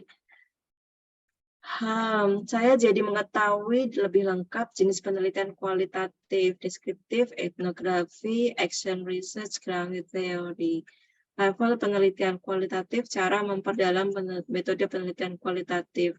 Mitos-mitos penelitian kualitatif. Meta-analisis bukan hanya kuantitatif, tapi bisa juga kualitatif. Iya. Selain itu, pelajari jenis penelitian mitosnya, macam-macam mitos penyajian dari Chronotop 1, 2, 3, 4 ya. Penelitian kualitatif ternyata juga bisa prediksi, yaitu dalam hasil riset ya. Subjek penelitian tidak harus banyak, bahkan boleh 1 orang. Saya baru saja mempelajari tingkat bahasa dalam penelitian kualitatif. Ada yang netral, yang tidak netral. Ada yang deskripsi saja, deskripsi dari subjektivitas narasumber. Ada yang memprediksi dengan pemikiran kita dalam deskripsi. Ada yang menghasilkan teori dengan argumentasi. Berdasarkan berbagai teori, penelitian kualitatif pada jurnal banyak ditemukan di jurnal review. Subjek penelitian boleh 1 orang. Oke. Wow, awesome. Oke, ada yang menambahkan tidak harus ada pra-observasi dalam latar belakang. Ya, tidak harus. Pra-wawancara juga tidak harus. Tidak harus, itu harus ada. Jumlah subjek penelitian sesuai topik yang dibutuhkan, tapi perlu deskripsi yang jelas berapa jumlah subjek yang diperlukan. Penelitian tidak hanya pada kekurangan, tapi juga pada subjek yang berpengaruh memiliki prestasi, gitu ya. Ya, kita seringnya itu cari-cari kesalahan gitu ya, cari-cari kesalahan, cari-cari yang rendah, cari-cari yang lemah. Padahal orang-orang hebat itu perlu kita ungkap juga rahasianya. Baik, terima kasih banyak kita sudah berinteraksi. Saya doakan semoga sukses. Terima kasih. Tidak hanya itu saja, tadi yang sudah ikut berinteraksi dalam kolom chat, doanya tadi ada doa tambahan ya. Tidak hanya tesisnya selesai tepat waktu dengan lancar, tapi juga lulus mendapatkan pekerjaan yang diinginkan. Bagi yang nikah, ketemu jodohnya, dimudahkan langsung ke akadnya. Saya ucapkan terima kasih atas perhatiannya. Semoga waktu yang kita luangkan bersama ini membawa berkah untuk kita, keluarga, dan semuanya. Mohon maaf apabila ada yang kurang berkenan atau ada yang salah ucap, lisan yang tidak terjaga, saya mohon maaf. Saya akhiri, akhirul kalam. Wassalamualaikum warahmatullahi wabarakatuh. Waalaikumsalam warahmatullahi wabarakatuh. Terima kasih banyak Bu Enda atas pemaparannya untuk materi kita pada siang hari ini, metode penelitian kualitatif ya. Luar biasa sekali juga ya teman-teman, ini sudah berinteraksi ya bersama dengan Ibu di kolom chat, dan juga tadi ada yang menjawab secara langsung juga. Ini keren ya teman-teman semua yang ada di sini. Kita hari ini udah belajar dengan metode KWL. Oke.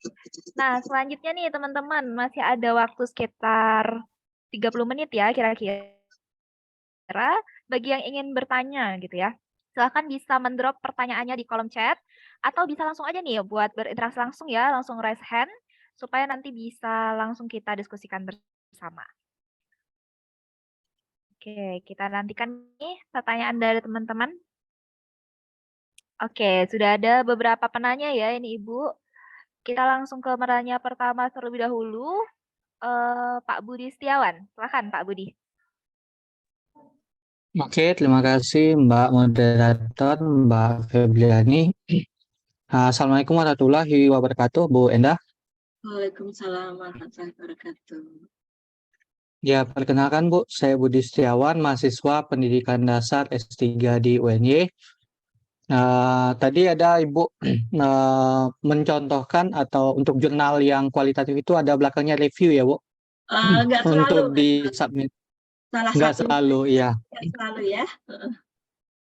Oke Bu, nanti bisa Ibu share nama-nama jurnal untuk bisa rekomendasi untuk di Q3, Q2, Q1 Bu, untuk publikasi di Scopus sebagai syarat untuk S3-nya, dan juga untuk mengetahui Bu apakah jurnal itu sudah discontinue atau memang predator gitu Bu, dan untuk melihatnya di mana gitu Bu, untuk supaya ketika kita submit nanti tahu-tahu dia ini udah diakreditasi lagi oleh Scopus, ternyata itu discontinue atau memang dia ternyata predator gitu, untuk pengetahuan kita bersama gitu untuk yang para mahasiswa Bu.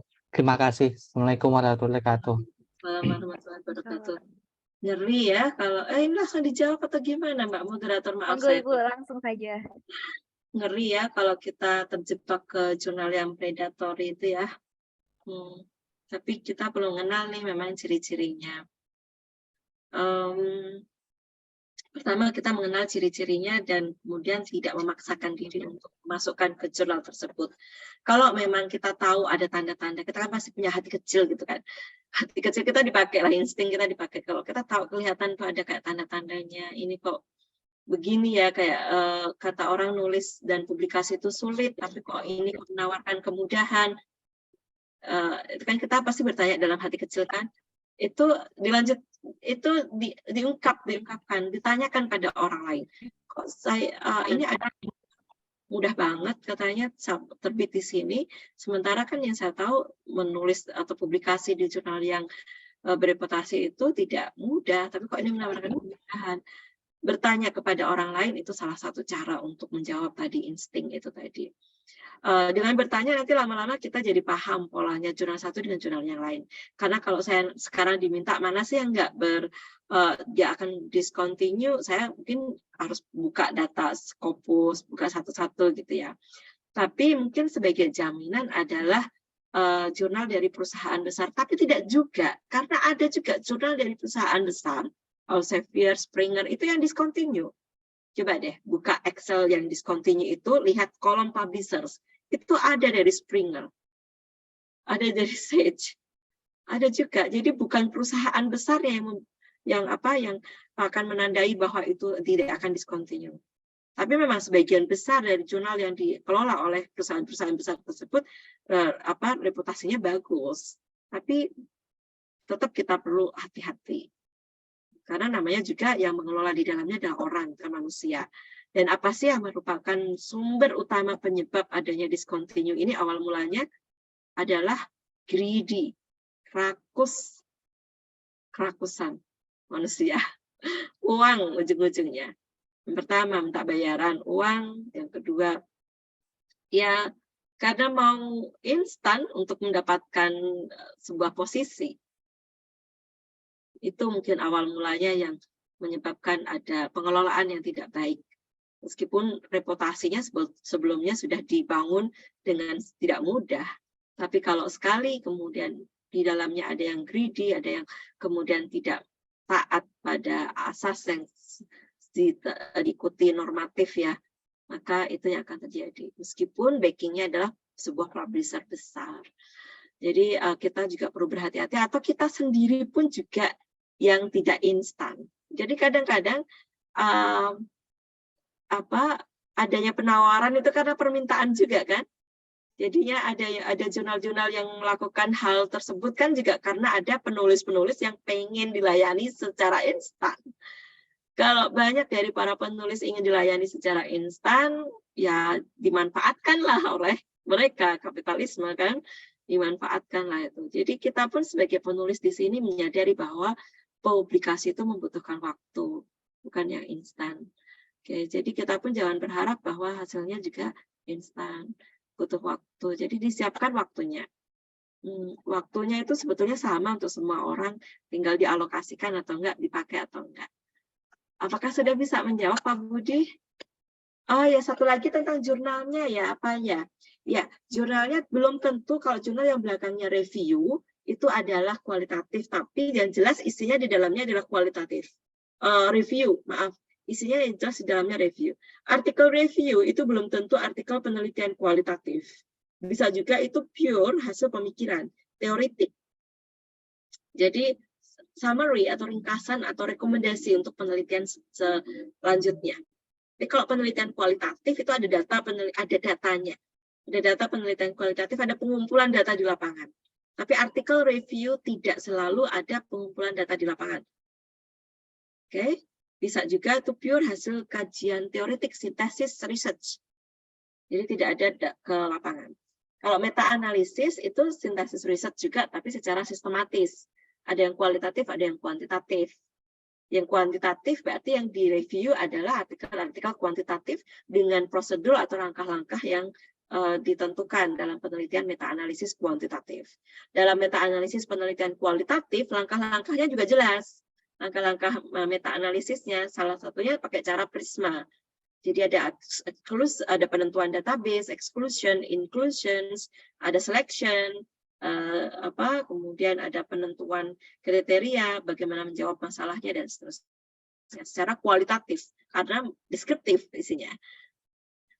Oke, mungkin juga mahasiswa perlu tahu di dunia ini ada asosiasi penelitian kualitatif.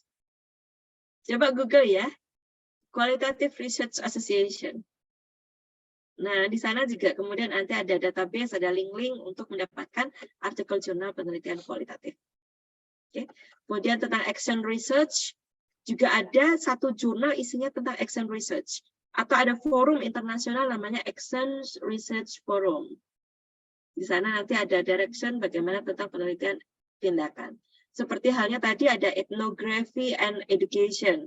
Itu penelitian etnografi kan. Jadi satu jurnal itu isinya etnografi semua. Oke, selamat bereksplorasi ya. Surfing di internet untuk cari-cari informasi selanjutnya. Ini ada yang raising hand lagi. Jadi mungkin kesempatan berikutnya ya Mbak Febri. Iya Ibu, betul. Oke. Terima kasih Pak Budi atas pertanyaannya. Dan juga Ibu Enda atas jawabannya. Matur nuwun Bu Enda. Sama-sama, Bapak. Selanjutnya mungkin ke Pak Franky. Silakan, Mbak. Silakan Pak Franky. Terima kasih Bu Febri. Assalamualaikum warahmatullahi wabarakatuh. Terima kasih atas kesempatan yang diberikan. Pertama, saya sangat bersyukur karena bahagia bisa menyimak pemaparan materi dari Ibu Enda. Mungkin ini menjadi jawaban karena beberapa waktu yang lalu tulisan saya itu ditolak oleh sebuah jurnal gitu. Jadi mudah-mudahan pertanyaan saya ini bisa meningkatkan kualitas tulisan saya sehingga ketika diupload di jurnal yang berbeda ada peluang untuk diterima begitu. Jadi begini Ibu Enda, yang saya ingin tanyakan, Ini terkait dengan bagaimana cara meningkatkan kualitas tulisan gitu Bu ya. Kebetulan saya telah menulis artikel tentang kualitatif begitu Bu. Jadi karena saya suka matematika, saya sering membaca jurnal-jurnal matematika. Dan salah satu model yang sering dipakai oleh orang-orang matematik untuk menganalisis kesalahan murid itu adalah Newman error gitu ya Bu ya. Nah, jadi saya mencoba Newman error analysis itu untuk diterapkan gitu di dalam menyelesaikan masalah-masalah fisika. Jadi saya ingin mengetahui bagaimana kesalahan siswa itu dan saya coba deskripsikan. Tapi tampaknya memang belum berkualitas begitu Bu ya. Sehingga ditolak. Nah, pertanyaan saya kepada Ibu, apakah boleh begitu Bu? Ada satu model yang sudah established di bidang matematik, di pendidikan matematik, itu saya adaptasi untuk diterapkan di fisika. Apakah ini diizinkan atau ada saran dari Ibu? Terima kasih. Assalamualaikum warahmatullahi wabarakatuh. Waalaikumsalam. Tentu saja boleh. Boleh diadaptasi kan? Boleh sekali. Kita melakukan penelitian itu kan karena kita ingin berkontribusi pada pengembangan ilmu pengetahuan. Dan kebetulan tadi yang mau diadaptasi adalah sifatnya prosedural. Newman error kan sifatnya prosedural. Iya, benar. Ketika kita mengadaptasi yang sifatnya prosedural itu, maka kita perlu melakukan analogi.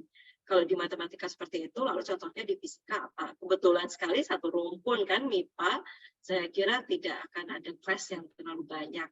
Nah, untuk melakukan analogi, disitulah nanti perlu dukungan penelitian yang lain, hasil penelitian yang lain atau teori yang lain. Misalkan dalam hal contoh tentang reading, bagaimana membaca, memahami sebuah konteks kan. Kalau dalam matematika dan fisika sepertinya tidak banyak berbeda, mungkin malah beririsan juga kan. Saya kira masih bisa mendapatkan hasil-hasil penelitian yang lain atau teori-teori atau opini-opini dari para peneliti yang lain yang dipublikasikan di berbagai artikel yang lain dipakai untuk memperjelas dalam hal menganalogikan antara yang dipakai di matematika kemudian diterapkan dalam fisika. Nah, itu perlu diungkapkan dengan jelas di latar belakang masalah. Mengapa perlu menggunakan itu? Menggunakan Newman. Dan mungkin bisa, kalau alasannya biasanya kan kayak gini. Sudah sering digunakan di matematika tetapi tidak digunakan di fisika. Saya sebagai editor memandang alasan seperti itu bukan alasan yang kuat. Itu alasan lemah. Ya, yang saudara ketahui kalau itu di fisika baru sedikit. Ya, kebetulan aja yang saudara baca banyak matematika. Siapa tahu kalau sudah ada di tempat-tempat yang lainnya. Jadi judgement bahwa penelitian seperti ini masih sedikit. That's what you know. Kita nggak tahu kan dunia ini sangat luas loh. Seberapa besar akses yang saudara miliki. Kok bisa menjudgement bahwa baru sedikit yang diteliti. Kita perlu alasan untuk itu. Saya sebagai editor akan mempertanyakan sedikitnya dari aspek mana nih, dari ruang lingkup yang mana. Maka perlu cari alasan yang lain. Alasan yang lain mungkin ya gimana ya?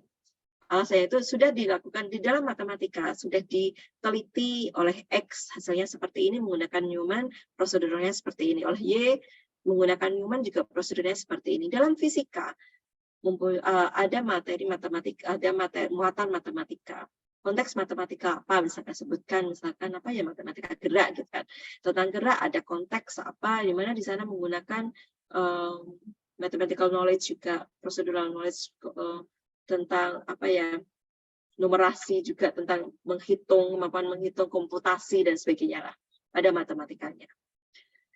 Untuk mengatakan bahwa perlu melakukan analisis tersebut bukan karena belum banyak nih yang menggunakan Newman, tapi bukan begitu, tapi diganti dengan menggunakan Newman, perspektifnya Newman dalam menganalisis materi fisika ini, kita dapat mengetahui apakah ternyata fisika dan matematika sebetulnya memang satu rumpun. Yang kedua, apakah kesalahan yang sama bisa sama-sama muncul juga?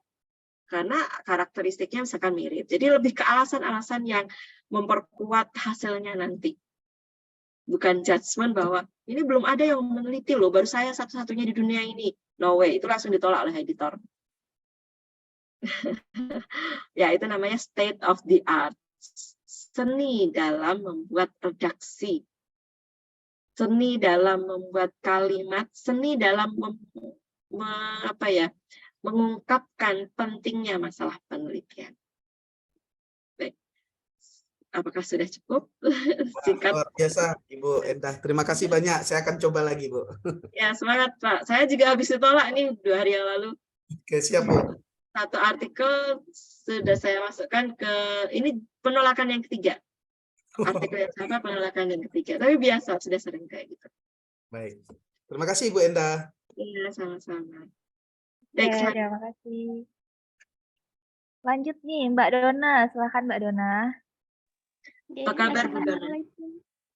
Waalaikumsalam. Assalamualaikum Bu Endah. Ya, ketemu lagi, Bu Dona. Iya, Bu Endah, nggak jauh beda pertanyaan saya seperti Pak Franky tadi tentang patah hati ditolak. Jadi kemarin saya tuh nulis artikel tentang meta-analisis. Nah itu ke matematika ya. Terusan gitu, tapi nggak matematika yang seperti murni kayak gitu, tapi pendidikan. Saya masukkan ke IJRE di UAD. Karena apa? Jangan sampai terlalu patah hatinya dalam, kalau di luar negeri itu takutnya discontinue kayak gitu kan. Jadi milihnya yang di dalam kayak gitu. Lah kok dikirim hari ini, besok dapat jawaban ditolak gitu. Terus ditolak, kok ditolak. Nah, mau masukin kemana lagi? Ternyata penolakan itu katanya ini tidak sesuai skup karena dia terlalu matematika. Oke, jadi mau saya kirimkan ke JME-nya Unsri, ke JME Unsri.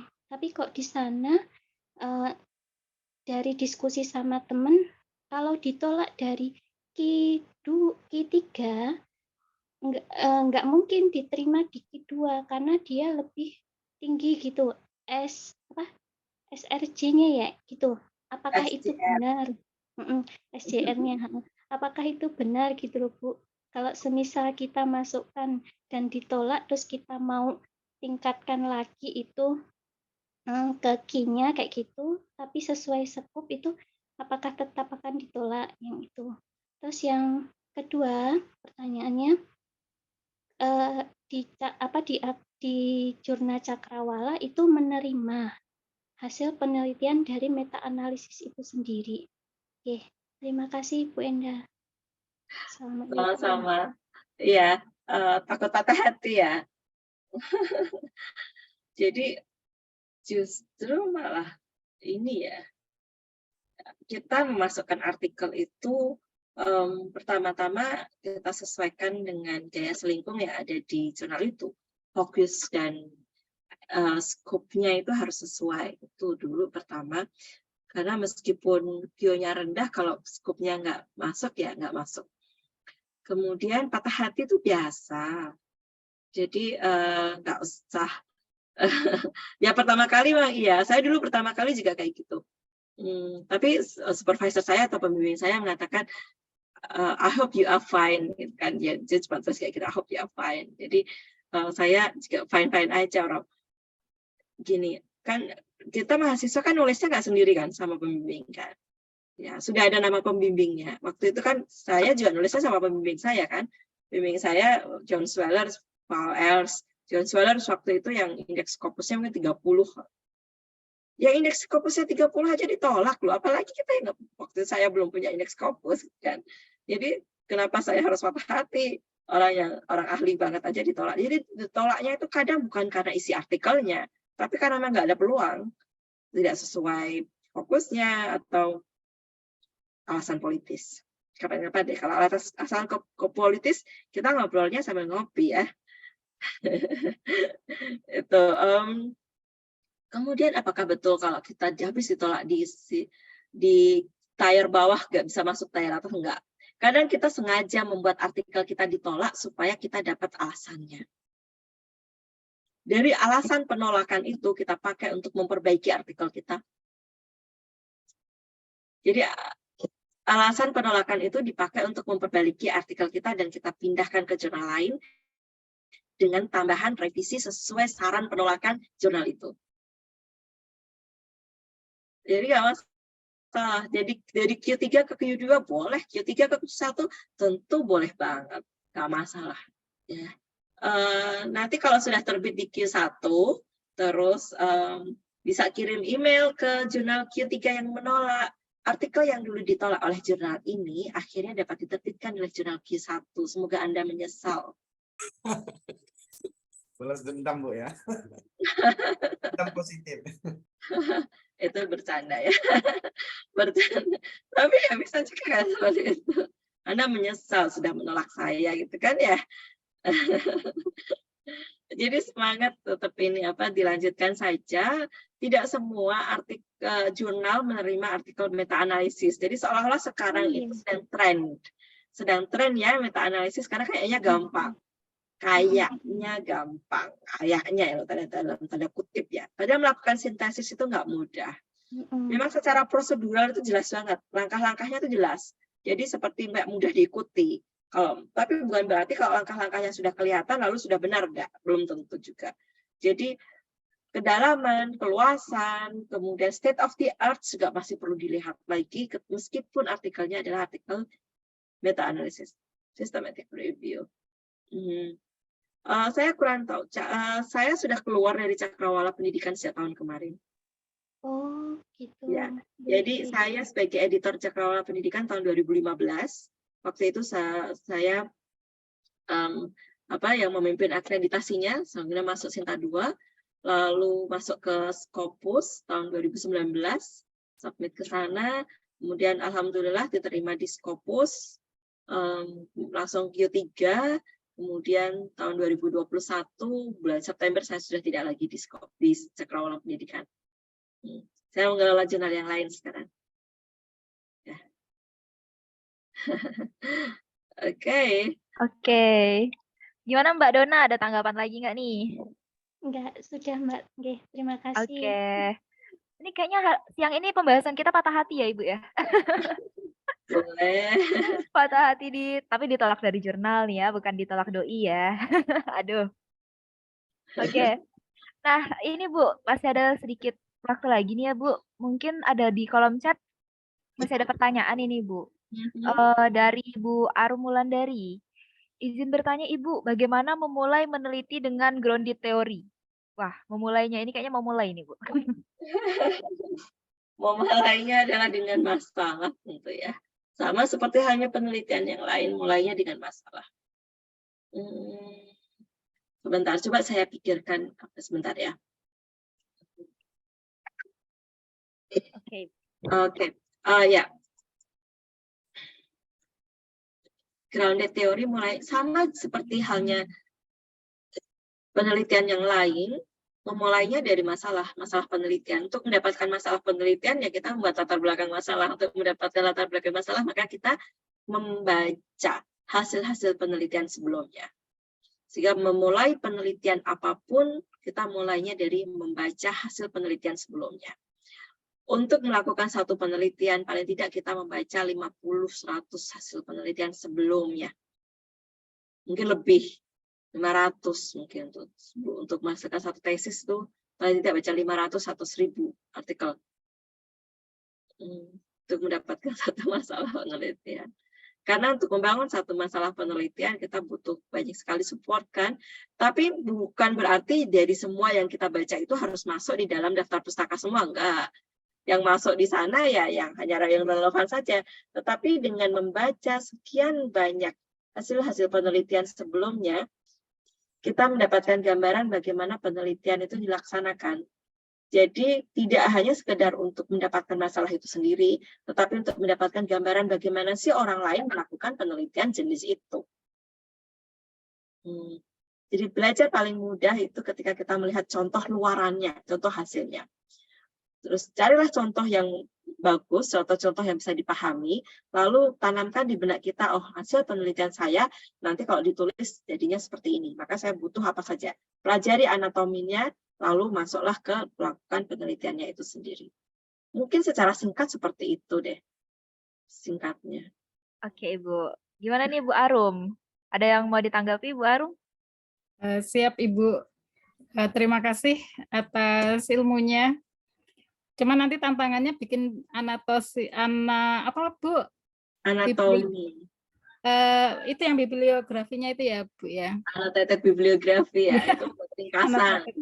Ya itu tantangannya ya Bu ya. Enggak, sebetulnya membuat annotated bibliografi itu semacam membuat ringkasan hasil penelitian. Kalau kita baca dan kita nggak paham, dibaca ulang masih nggak paham lagi, dibuang aja, atau artikelnya nggak bisa dipahami, berarti cari artikel yang lain. Jadi tidak selalu yang tulisan bahasa Inggris itu yang bagus.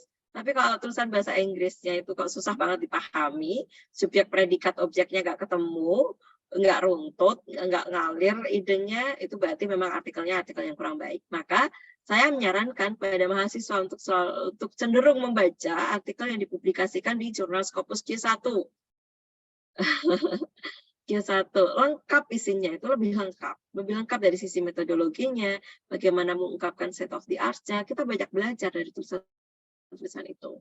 Lalu membuat annotated bibliografi itu bukan ringkasan lengkap semuanya, enggak, tapi apa sih interpretasi sementara kita tentang artikel tersebut. Jadi jangan usah khawatir, justru dengan membuat annotated bibliografi itu membantu kita untuk memilih masalah penelitiannya apa. Baik Ibu, terima kasih. Ya. Oke, terima kasih Bu Arum dan Ibu Endah. Ini Bu, pertanyaan terakhir ini ya untuk menutup. Sepertinya ini ingin mengklarifikasi nih, apakah mitos atau bukan ya. Dari Mbak Rahma.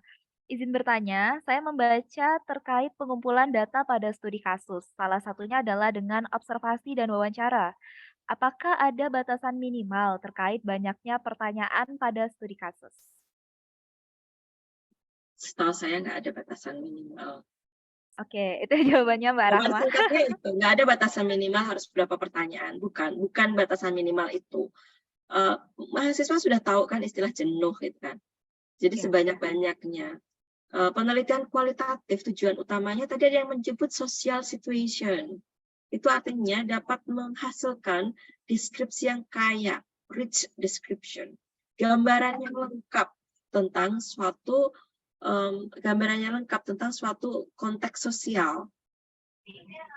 Jadi gambaran yang lengkap tentang suatu konteks sosial. Supaya mendapatkan gambaran yang lengkap tentang situasi konteks sosial tersebut, maka peneliti tidak mungkin dong hanya bertanya 1 atau 2 kali. Bahkan mungkin bertanya banyak dan besok lagi diulangi lagi dengan cara bertanya yang berbeda, atau yang bertanya diganti oleh orang lain lagi, dan seterusnya. Maka ada prinsip-prinsip yang perlu kita taati bagaimana sebuah penelitian kualitatif memang sudah layak untuk dilaporkan, untuk dipublikasikan. Apakah memang istilah bahasa sehari-harinya adalah jenuh. Jadi apakah memang semua datanya sudah dapat dikonfirm? Apakah memang data tersebut memang hanya diperoleh dari orang itu? Apakah memang orang itu mengatakan sesungguhnya? Dan ya hal-hal itu kemudian bagaimana kita bisa menggunakan banyak teknik untuk memastikan bahwa apa yang kita peroleh ini adalah objektif. Jadi meskipun penelitian kualitatif itu ada interpretasi, karena memang naturalistik, tetap di sana kita harus bisa menyebutkan bahwa ada data yang empiris, maka data itu adalah objektif, dan data itu diperoleh dengan langkah-langkah ilmiah. Batasannya berapa kita nggak pernah tahu. It depends on questions, the research questions tentang masalah penelitian. Bahkan bisa juga loh penelitian kualitatif itu teknik analisis datanya hanya observasi. Boleh juga penelitian kualitatif teknik pengumpulan datanya hanya interview, boleh. Boleh juga teknik pengumpulan datanya hanya dokumentasi, boleh. Boleh juga tentu 2 teknik, 3 teknik sekaligus boleh. Semua sesuai kebutuhan, semua sesuai dengan akses yang dimiliki oleh peneliti dan tujuan penelitian. Kalau penelitiannya tentang buku sejarah, sastra lama, penelitiannya dokumentasi. Karena kalau mau mewawancarai, penulisnya sudah meninggal. Nggak mungkin diwawancarai. Ya kan? Itu dokumentasi. Maka teknik pengumpulan datanya ya dokumentasi. Kalau kita mau mempelajari tentang cara berpikir seseorang, maka penelitiannya cenderung etnografi, sehingga teknik yang dipakai adalah wawancara saja mungkin, atau wawancara dengan dokumentasi. Dokumentasi itu berarti kita mengumpulkan bukan bukti-bukti apa ya, objek-objek, artefak, benda-benda yang dihasilkan oleh subjek tersebut. Misalnya buku catatan kuliahnya, buku latihan soalnya, penataan folder di laptopnya, itu dokumentasi. Jadi dokumentasi itu bukan foto orangnya ya, bukan foto orangnya kalau memang diperlukan, tapi kalau mau mempublikasikan foto subjek penelitian harus izin loh, karena itu berkaitan dengan reputasi. Mengungkapkan identitas subjek penelitian harus sangat hati-hati. Kita harus menggunakan samaran. Jadi yang dimaksud dengan objek atau dokumentasi yaitu tadi, lebih ke benda-benda yang dihasilkan oleh subjek penelitian, bukan fotonya, bukan videonya. Ya kalau videonya perlu, maka videonya nggak kita publikasikan. Itu supplementary file. Yang kita deskripsikan ada isi videonya. Ya, apakah itu sebagai closing-nya? Oke, Bu. Terima kasih banyak ya, Bu Endah, sudah menjawab pertanyaan dari Mbak Safira tadi. Jadi ini ya, Bu ya, kalau kita meneliti di kualitatif ini, mungkin kita sering menyebut jenuh gitu ya. Tapi yang dimaksud ini data jenuh ya, Bu ya, bukan peneliti udah jenuh terus udah gitu. Penelitinya yang jenuh. Datanya sudah lengkap, sudah memenuhi kriteria-kriteria bahwa hasil penelitiannya sudah layak untuk dipublikasikan. Oke, Bu Endah, siap. Terima kasih banyak, Ibu. Sepertinya kalau Ibu mau menambahkan sedikit closing statement, boleh ini, Bu? Motivasi atau apa gitu untuk yang patah hati ini gitu ya. Monggo, Ibu. Kalau kita suka dengan kita punya keinginan untuk punya passion, punya punya cita-cita atau punya harapan, pengen punya publikasi, pengen punya penelitian, awalilah semua dengan membaca, banyak-banyak membaca. Kita suka menulis itu karena pertama kali itu karena banyak membaca lebih dahulu. Kita suka menulis status ini gara-gara sering lihat status orang lain ya. Kita sering membuat puisi mungkin juga karena sering membaca puisi. Dengan sering membaca cerpen mungkin kita bisa membuat cerpen. Dengan sering membaca artikel publikasi, kita menjadi lebih paham bagaimana publikasi itu. Demikian juga kalau kita mau penelitian kualitatif, nah bacaan kita mesti penelitian kualitatif juga. Dan juga penelitian kuantitatif supaya bisa membandingkan. Supaya nanti penelitian kualitatif kita tidak campur dengan penelitian kuantitatif. Atau sebaliknya, kalau penelitian kuantitatif tidak campur dengan penelitian kualitatif. Tapi kalau memang mau campur ya namanya mixed methods. Saya doakan semoga semuanya lancar, kita sama-sama belajar, saling mengingatkan. Saya senang sekali ini ada kegiatan research class seperti ini, saya sangat mendukung mahasiswa membuat kegiatan seperti ini sering-sering ya, menambah literasi kita semua ini, khususnya tentang dunia akademik, lebih khusus lagi tentang penelitian dan publikasi. Selamat, semoga sukses acaranya. Amin. Terima kasih banyak Ibu Endah sekali lagi kami ucapkan. Nah, Ibu, ini di akhir kami ingin memberikan kenang-kenangan dulu secara simbolis, Ibu, berupa sertifikat dan akan berfoto bersama. Oh ya, baik. Oke, saya hitung dulu ya, Bu. 1, 2, 3.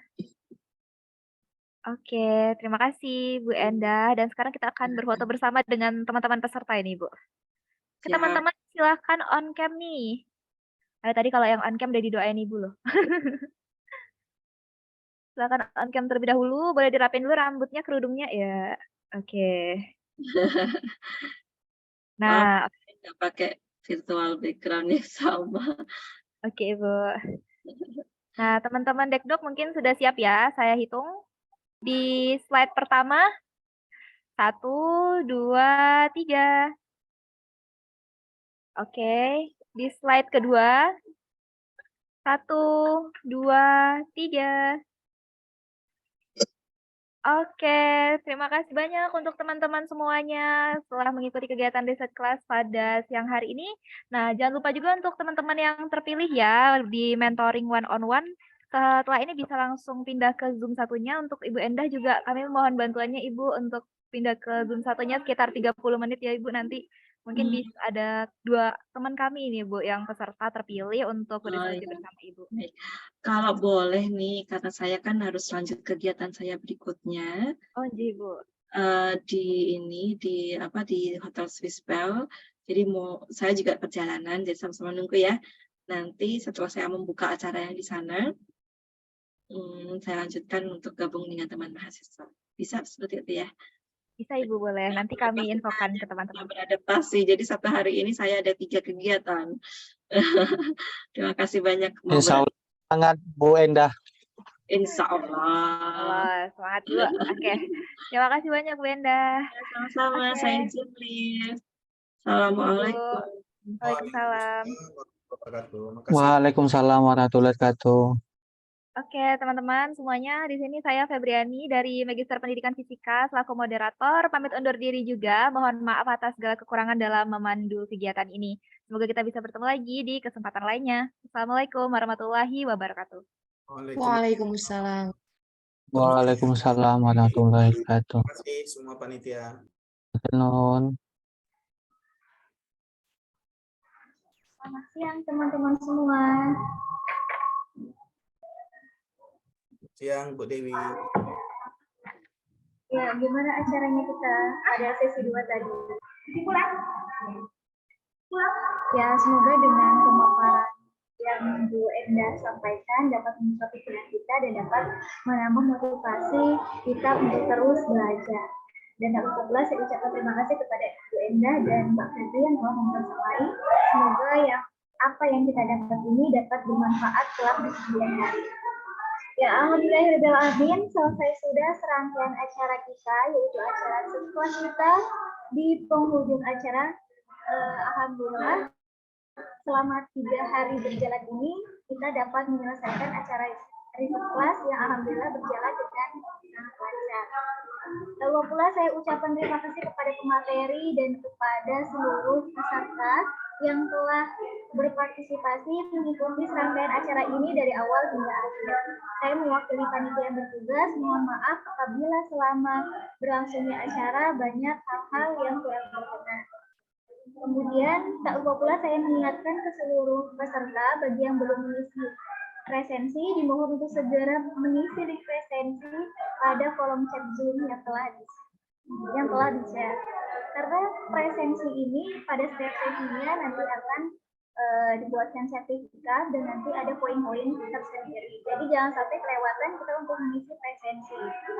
Ya, cukup sekian dari saya akhiri. Wabillahi taufiq wal hidayah. Wassalamualaikum warahmatullahi wabarakatuh. Waalaikumsalam Assalamualaikum warahmatullahi wabarakatuh. Terima kasih Bu Dewi. Selamat